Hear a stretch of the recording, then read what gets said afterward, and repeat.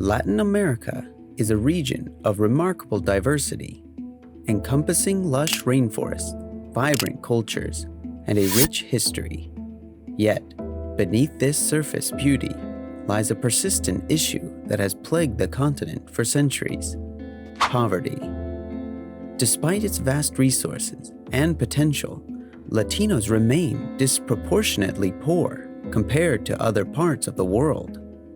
In this exploration, we delve into the complex factors that contribute to the enduring poverty in Latin America, seeking to understand the historical, social, and economic forces that have shaped the region's destiny, and let you know the aspects in which you are unaware. When you see the north side, you see massive development, advancement in technology, growth in economy, and a brighter future. But when you see on the opposite side, you see absolutely the opposite, which raises questions like, why has no country in Ibero-America reached living standards like those enjoyed by other countries? Latin America has vast natural resources and a talented population. Then why has the region remained so poor compared with its northern neighbors? A few decades ago, their per capita income was higher than in many Asian countries. Why hasn't the region been able to grow as fast as Asia? In this video, we will try to figure out the answers to all these questions. Around 36% of people in this region live in poverty, which is the same as it was 10 years ago.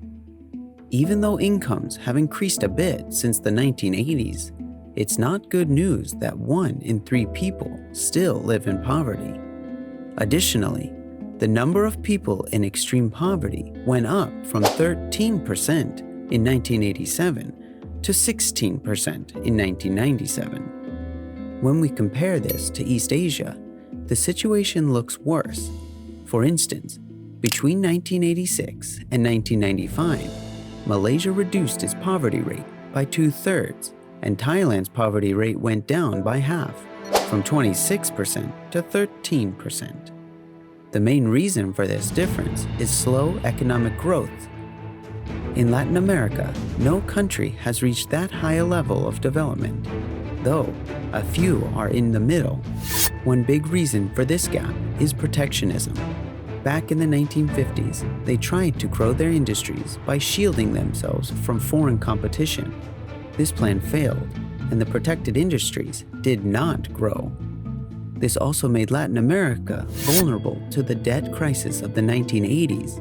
Over the last 10 years, these economies only grew by 1.3% per capita on average, despite being close to the rapidly growing US economy of the 1990s. Latin America faces several challenges that affect its development. First, a large part of the region is in the tropics, which brings more difficulties like diseases and being far from important markets. Second, they adopted civil law traditions after gaining independence, which are less favorable for economic growth compared to common law systems, which involve judges playing a more active role. Third, their focus on large agricultural plantations is different from the north, which had smaller and more diverse farms. This led to variations in politics, property rights, and the size of the middle class. Lastly, the South has weaker institutions compared to the North, and this also impacts the region's progress. In North America, the colonies were mainly established for settlement. England funded charters to create settlements, and these colonies had a degree of autonomy from the English crown. This autonomy allowed the United States and Canada to govern themselves for many years before gaining independence. In contrast, Spanish and Portuguese colonies in Latin America had limited autonomy, which led to challenges when they sought independence. Another critical aspect is the economic consequences of colonial rule.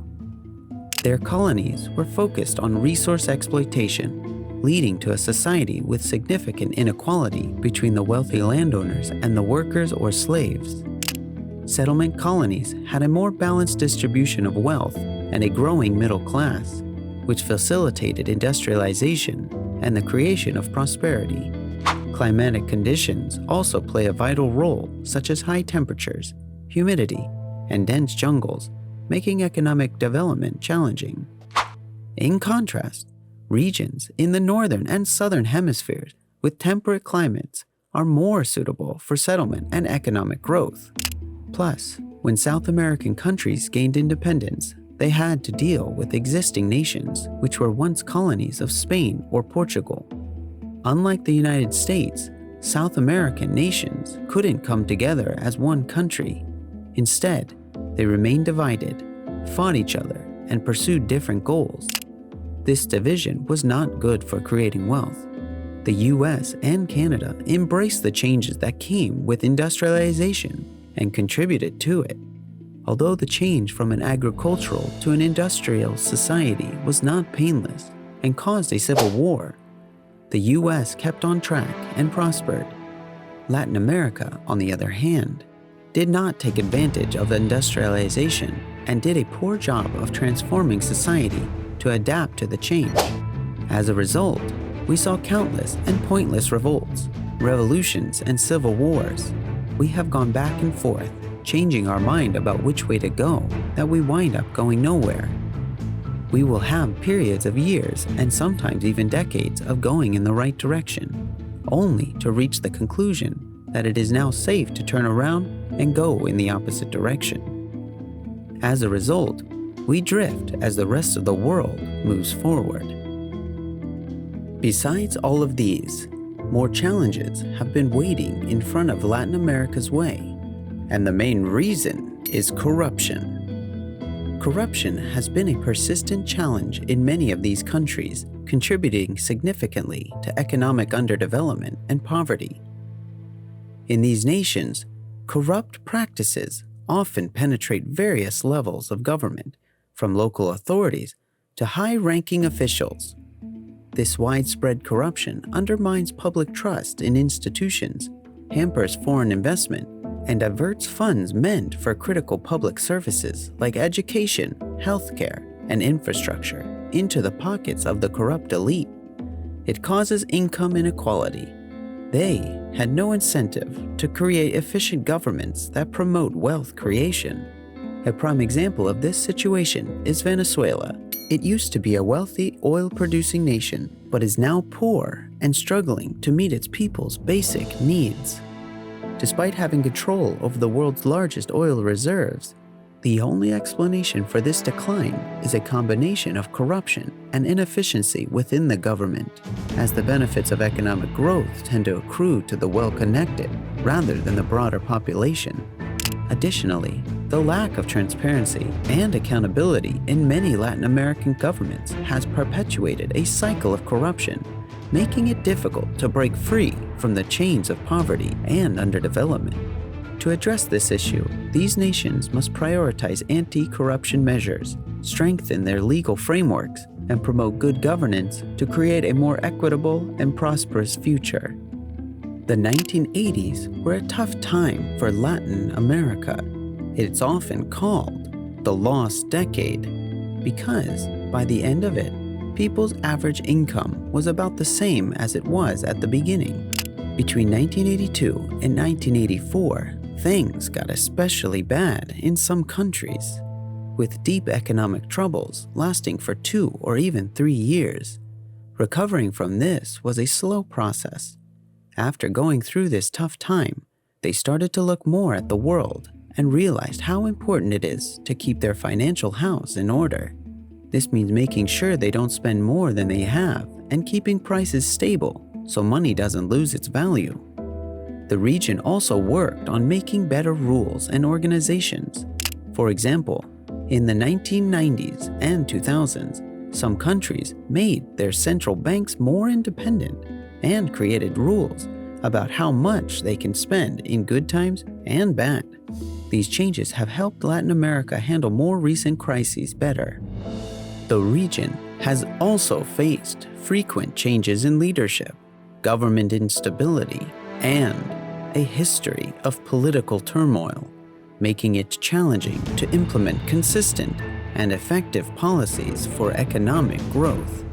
Protectionist trade policies, which aim to shield domestic industries from international competition, limited economic diversification and innovation. These policies often led to inefficiencies and hindered international trade. Additionally, income inequality has persisted, with a small wealthy elite holding a significant portion of the region's wealth, while a large segment of the population remains impoverished. Economic dependence, inefficient bureaucracy, and infrastructure gaps have played substantial roles in perpetuating poverty in Latin America. Many countries in the region have historically relied heavily on a narrow range of commodities for export, making their economies vulnerable to fluctuations in global commodity prices. This dependence has hindered economic diversification and innovation. Additionally, inefficient bureaucracies and unmanageable administrative processes have created barriers to business growth and foreign investment, stifling economic progress. Furthermore, inadequate infrastructure, including transportation, energy, and public services, has impeded economic development and limited access to opportunities, particularly in rural areas. High levels of crime and violence in some regions deter investment and economic development. These factors combined have hindered their ability to achieve sustained economic development. Latin American countries have both things that make them similar and things that make them different.